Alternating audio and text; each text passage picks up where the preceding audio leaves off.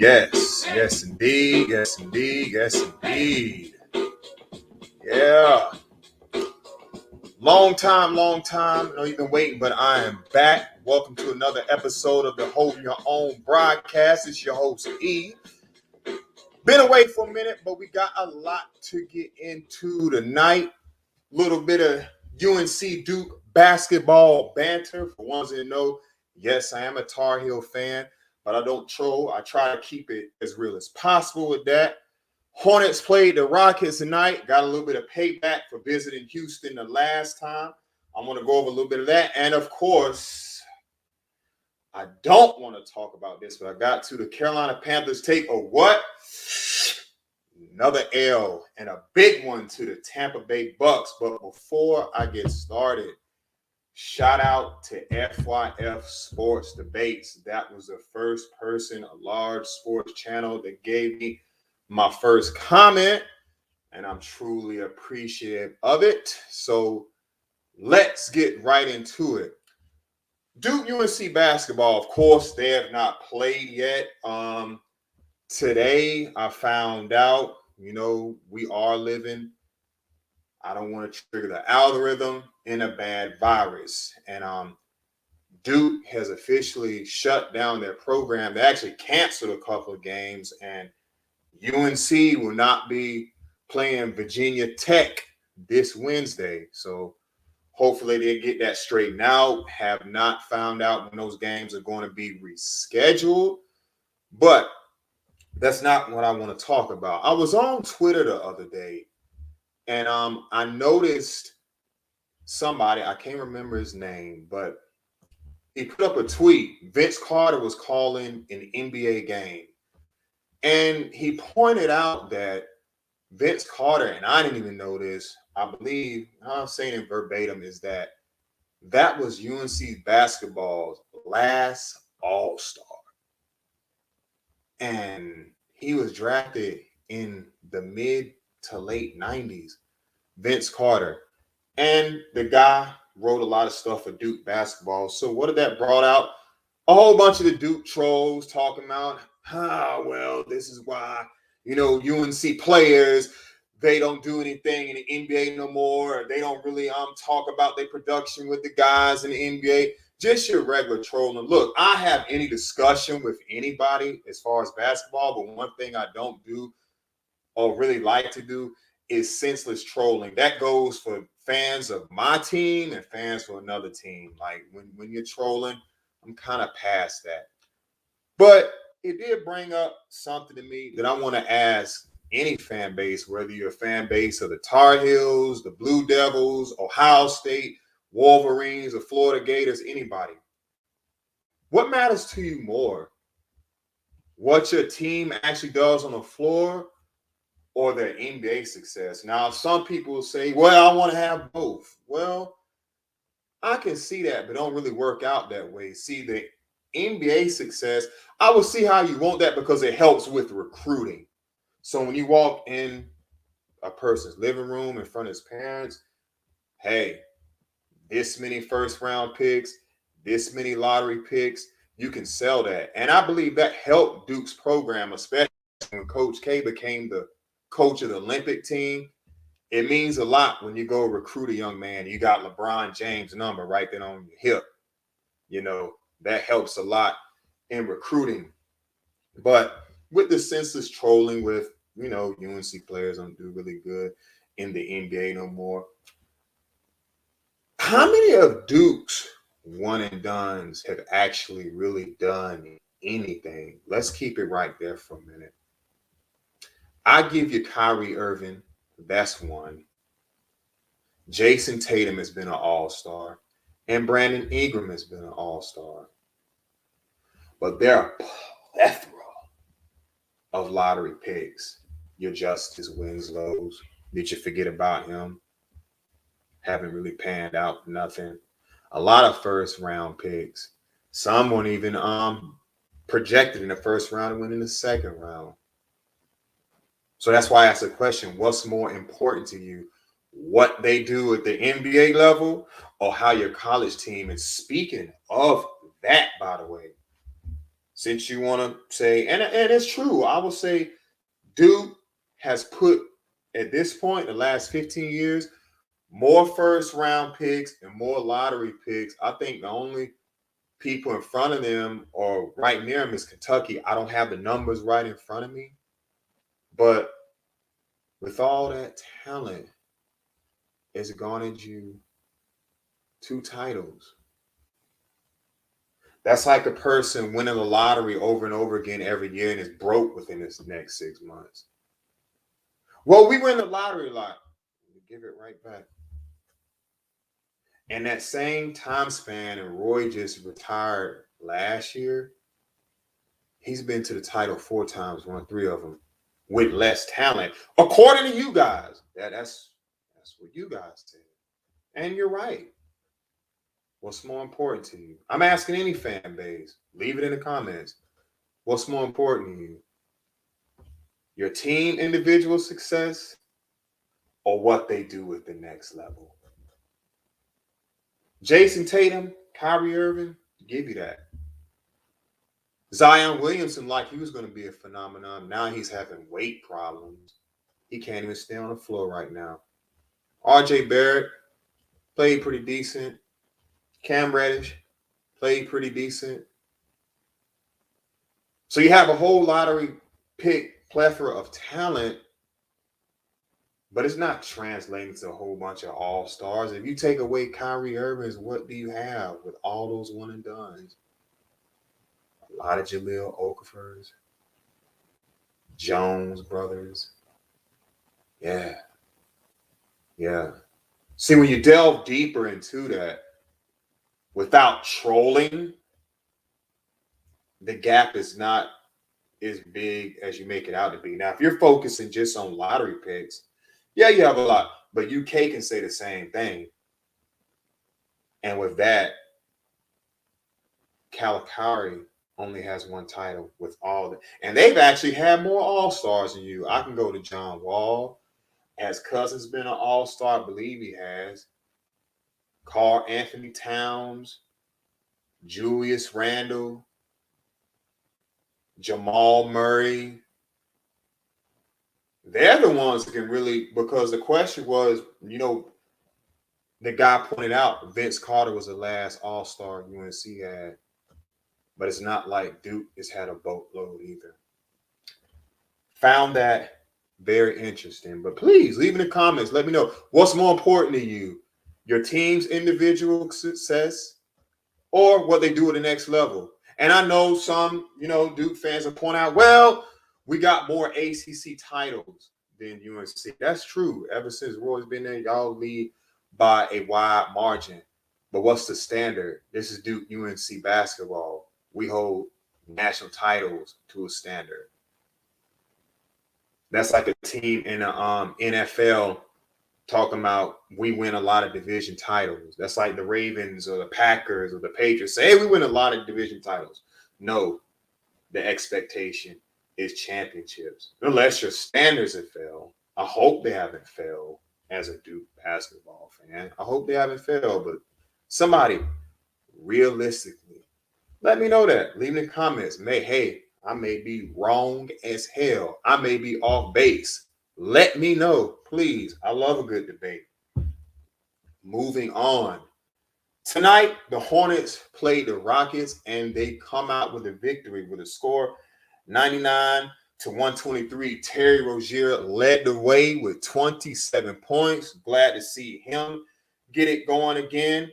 And they look very good. Mason Plumlee was all over the court doing important things that people don't like to look at, setting screens, being a good passer, which is very underrated by him, by the way, and was missed when he was out with the health and safety protocols. But it's good to see them back at home. They struggled a lot on the road fighting people being out with the virus. And it's something in the sports world and in everyday life that everybody's dealing with. So it's not an excuse I want to make. Well, they had a lot of people out because with this. Everybody's dealing with that. It's no excuse. You're just going to have to put up with that right now. And right now in sports, That's the new normal. And they're not going to shut the league down. It's too much money in that. They're not doing the bubble again. The NBA actually lost money behind that. The players hated it. They hated the bubble, especially people with families and stuff. They could not stand it. They were so quick to get out of there. There's not a bubble happening. They're going to find a way to finish this season. They don't care if they have to get people off the street to hoop. So if you're old and out of shape and you still want to live your NBA dreams, get next to your closest arena. They might call you up if you got a decent jump shot. But not what I really want to focus on. I do want to talk about Hornets, Kelly Oubre. He should be in the conversation of sixth man of the year. Yeah, I said it. You want to give me more, give me down in the comments. But Kelly Oubre should. When he's going off the bench, this team looks so much better. And here's something a lot of people have to acknowledge. And everybody loves Golden State. I love Steve Kerr as a coach. He frustrated the Warriors a lot last season. And I'm not saying it wasn't justified the way I watched Kelly Oubre play.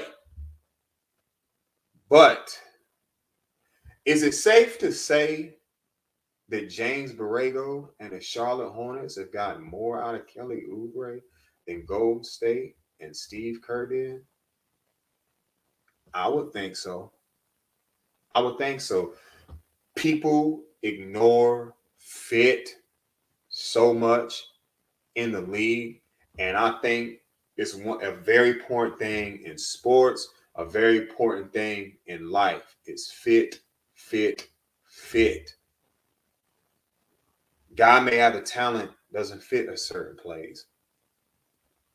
And that's not a knock on Steve Kerr. He just couldn't get anything out of Kelly Oubre, and James Borrego did, which brings me to another thing. I'm not having no more James Borrego should be fired conversations on Twitter anymore.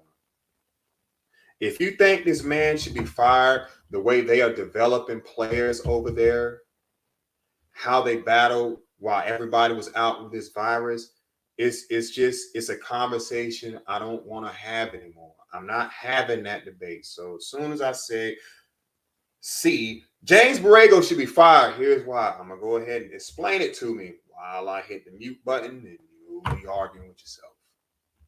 That's a dumb argument. I'm not gonna be having no more.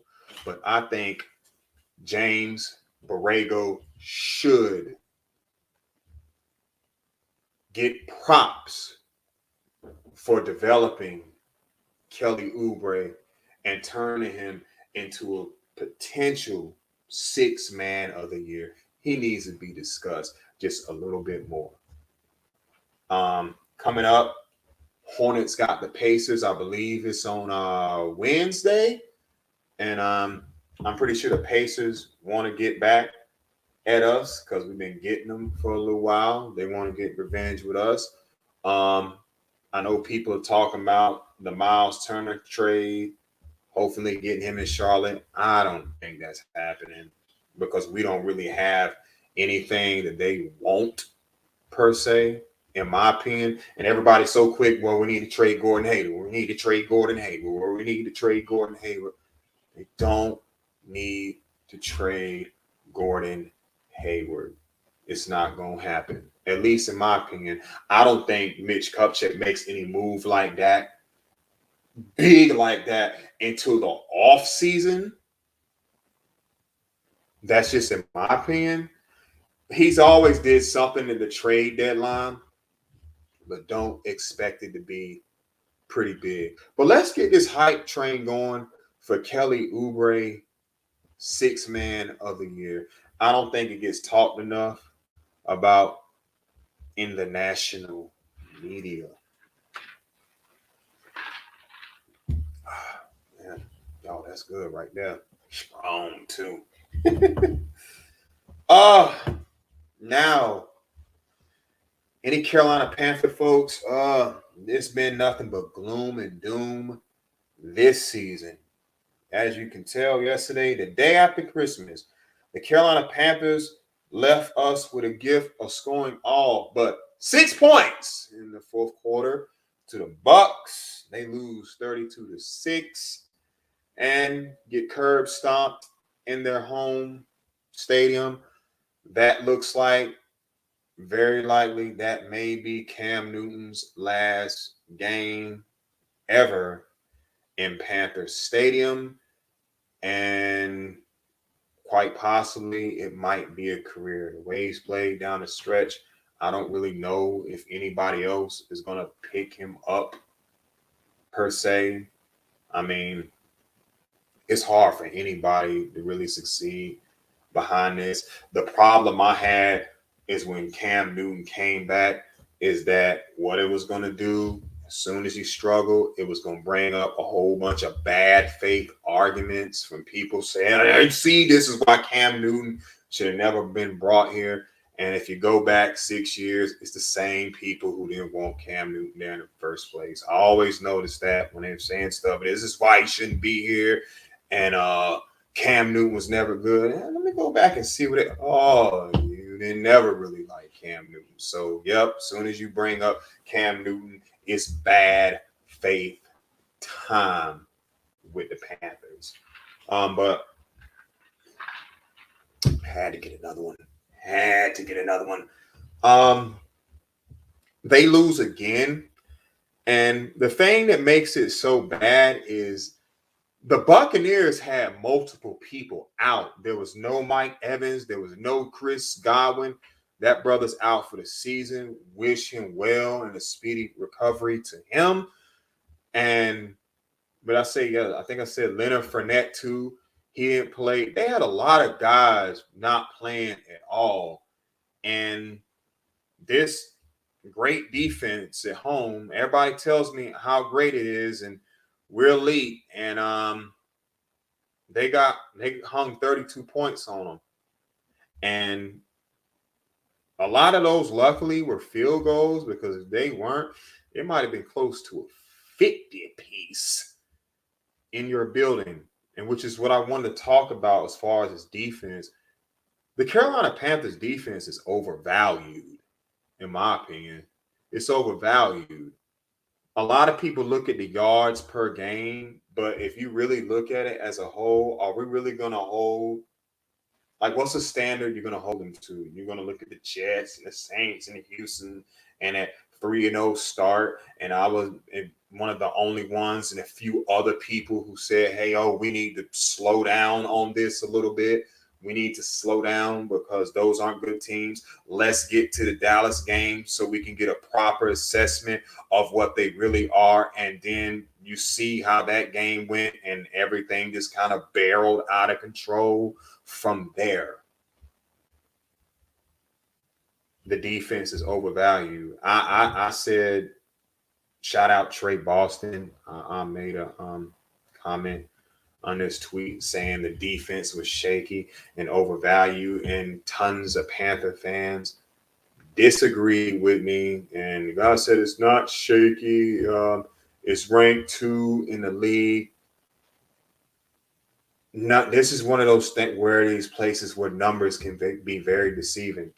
And like I do, I just ask questions. You said it's great. I said, well, give me the great players on the defense. I'll give you one, Hassan Reddick. You said Jeremy Chin is great. Jeremy Chin is not great. He's decent. He was better at linebacker last year, which I don't know why the coaching staff moved him back to safety, which is another thing where they don't know what on earth they're doing. You had Jeremy Chin at linebacker, and he was in running to be defensive rookie of the year. What do we do the next season? Let's move him back to safety. Made no sense. But give me the great players on the defense. He said Derek Brown. I said, Derek Brown. Derek Brown a couple of weeks ago where the coach had to sit him down because he was getting driven off the ball so much as a 7th overall pick that doesn't really rush the passer, by the way. So you think it's special to stop the run. He doesn't do that very well. What about Brian Burns? You know Brian Burns? Brian Burns does one thing only. get after the quarterback. He does not stop the run at all. He's not good at it. Teams run at Brian Burns. Overvalued defense with the Carolina Panthers, which brings me to the man of the hour, Matthew Rhule, the head coach of the Carolina Panthers. It got so bad yesterday at the stadium, they started out a chant, fire Matt Rhule chant. Fire Matt Rhule, fire Matt Rhule, fire Matt Rhule. Hey, I get it. They haven't been good. I'm not one of the ones that like to come on here and start calling for people's jobs. The only time I will say that a coach needs to be fired is the moment that he's lost the locker room. The moment you've lost the locker room, I'm like, yeah, he's got to go because nobody's buying in anymore. Side note, through all this fiasco, Dave Tepper has said nothing. The owner, who said he didn't want to be mediocre. The owner, since he bought the team, has seen not one, not two, not three. I'm hitting with LeBron James, not 4 losing seasons since he bought it. He's been awfully quiet this season. Maybe he'll say something at the end of the season, but as far as Matt Rhule goes, I'm about to say something. Hear me out, Panther fans. Because this team is so bad, it's done got they're getting national attention, and it's not in a good way. When you got the big talking heads talking about how much of a clown show this team is now, that's not good. It's enough where the local people talk about it and people like myself talk about it. When you got people on the 4-letter network and Fox and all this type of stuff and other bigger podcasts talking about how much of a clown show and a train wreck and a dumpster fire this is, that's not good. You got your head coach yesterday. That I heard some crazy stuff in press conferences. He's up there referencing Jay-Z in one of his post-game. Oh, man. This man referenced Jay-Z's career in reference as to why the team hasn't popped yet. He said it took Jay-Z 7 years. It took him 7 years to get things going. I'm not saying word for word, but go back and listen to it. Some of you probably already heard it. It's that was a mess what he had. He's bringing up Jay-Z. He said something else crazy too. This is how bad it has gotten when he's referencing Jay-Z. Speaking of the player, you got Robbie Anderson. He's talking about, well, in his voice, were y'all fake fans for booing Sam Darnold when he went out there, but when he threw a good pass, y'all cheering. That's fake. You know what's fake and stupid, Robbie?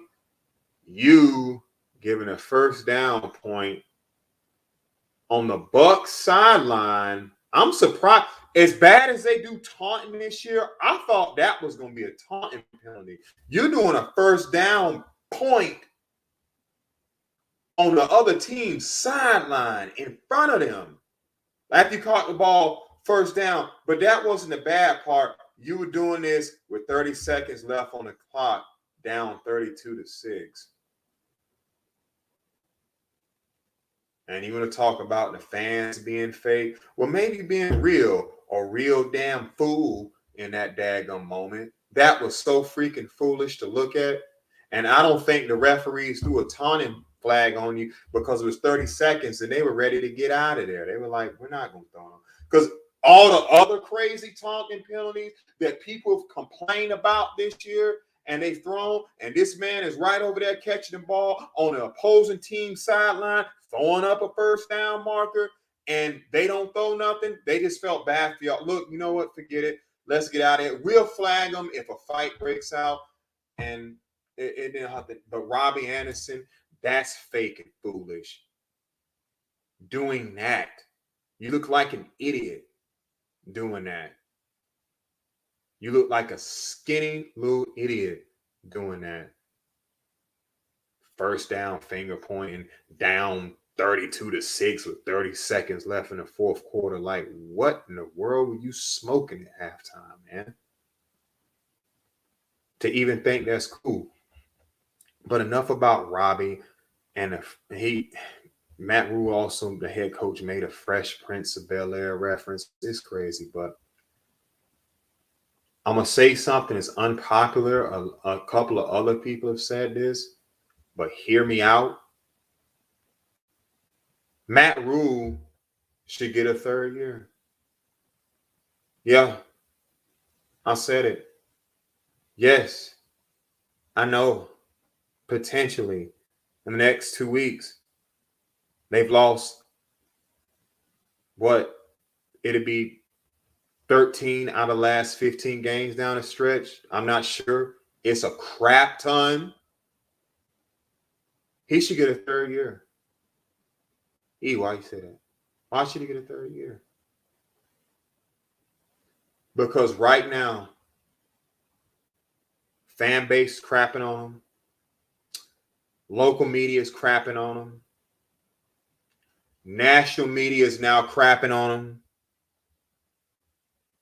The only person he has in his corner right now is the owner.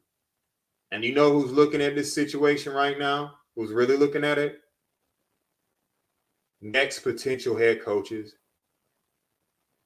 And I don't think a lot of y'all take into account when these head coaches take these jobs, how much your family and especially their wife is involved in that. First, does she want to live there? Two, how long can you potentially be there? You don't want to have to move to a city, put your kids in another school, then have to uproot them in the next 2 years because you're fired.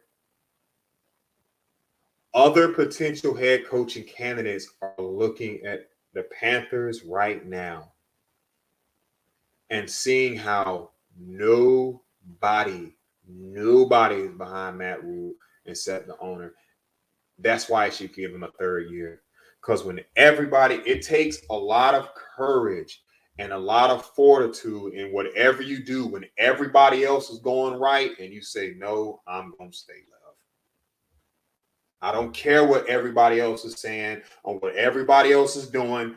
I'm going to stay over to the left because this is what I believe in. And that would speak volumes to every other potential head coach that the Panthers could get, which good chance. I'm not saying Matt Rhule might not get fired in the next 2 weeks. There have been reports saying that he's safe. That can always change. That can always change. It's not like David Tepper does not have the money to buy him out easily. This man's worth well over $13 billion. And the rest of his contract is north $50 million. He can spit that out. He can pay that out easy. But this is about optics right now. And it will send a message to other potential head coaches when things are going bad. The owner and the GM had my back when everybody else said I should be gone. Now, do I think he lasts past a third year? No, I don't. I'm about to give the reasons for that. And I'm going to give extra reasons as to why, if you did fire him now, why a top head coach would not want to take this job. I explained that right there, how quickly they were able to move off there. I've said before in an earlier podcast, you don't want to be the Jets and the Browns. The Browns look like they finally got their act together because they got the coach they want. Questions about the quarterback, but they got the coach they want. But you don't want to be the Jets. Every 2 years, fire, fire, fire, fire, fire, fire, fire, fire, fire, fire, fire, fire. You get no stability. But this is why they need to keep him. Number one, I don't think a top guy would take this job next year. Look at what the Carolina Panthers have. Just coming in the offseason. Let's just speed up. And you want to sell this to a head coach outside of your wallet. You don't have a quarterback at all. The one you do have, Sam Darnold, you got him on the hook for another $18 million. So they're not going to trade him. So the new coach is got to be committed to him first off. You got one pick in the top 100 of next year's draft. And that comes from all the trades you made this past year and the trade for Sam Darnold. The most important unit on a football team, the O-line, is an absolute crap circus that won't be fixed in one off season.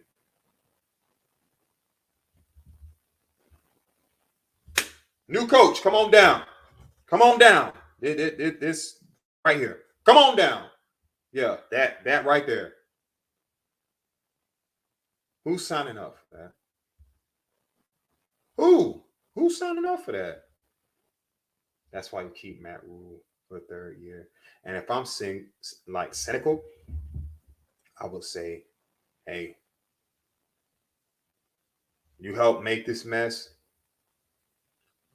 I'm gonna give you a chance, at least another season, to try and clean it up. Because any coach that's worth his bones, he's not taking this job. No QB, limited draft capital, no O-line, defense is shaky. Yes, shaky, even though a lot of folks on Twitter disagree with it. This defense is shaky. Who that's really about anything would really take this job? Who? Hey, if you have any names, leave them in the comments. They would take this job. Everybody keeps bringing up Eric Bieniemy of the OC of the Kansas City Chiefs. Why would he take this job? Is he that desperate for a job? See, the thing is, when you're a person with options, you get to pick and choose what you want to do.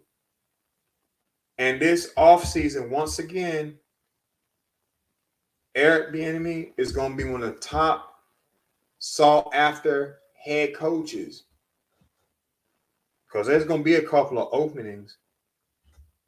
Jacksonville's open. The Giants are open. You know, what does Minnesota do with Mike Zimmer? Chicago may be open. The Raiders are definitely open because John Gruden is gone. Out of all those jobs I just named, that are open and may be becoming open, maybe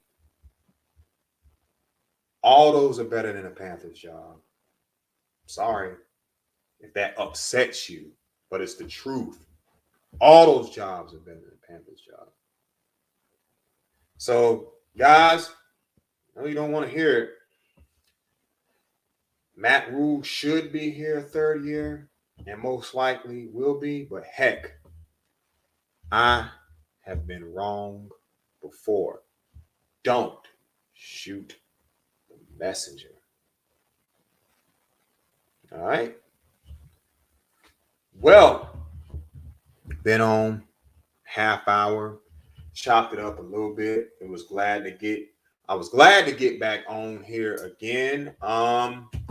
In short, I'm gonna be closing this out. pretty soon. Hornets got a game against the Pacers on Wednesday. No UNC basketball this week. I don't believe. I know the game with like Virginia Tech has been canceled. Oh, Friday night, New Year's Eve, UNC football versus Gamecocks. I will be talking about that probably next Monday because I can get some Hornets game in there. I can go over that. I will also review whatever the Panthers do. I guess they're going to carry their losing into the new year against the New Orleans Saints. Carry that. Just continue to trend on in the new year, and which they should, so they can get the highest draft pick possible. But I enjoyed chopping it up with y'all another evening. Like, comment, subscribe, hit the dislike button. Call me an idiot if you don't like what I said. Don't really matter to me. You guys have a wonderful week. Hold your own sports broadcast. Signing off.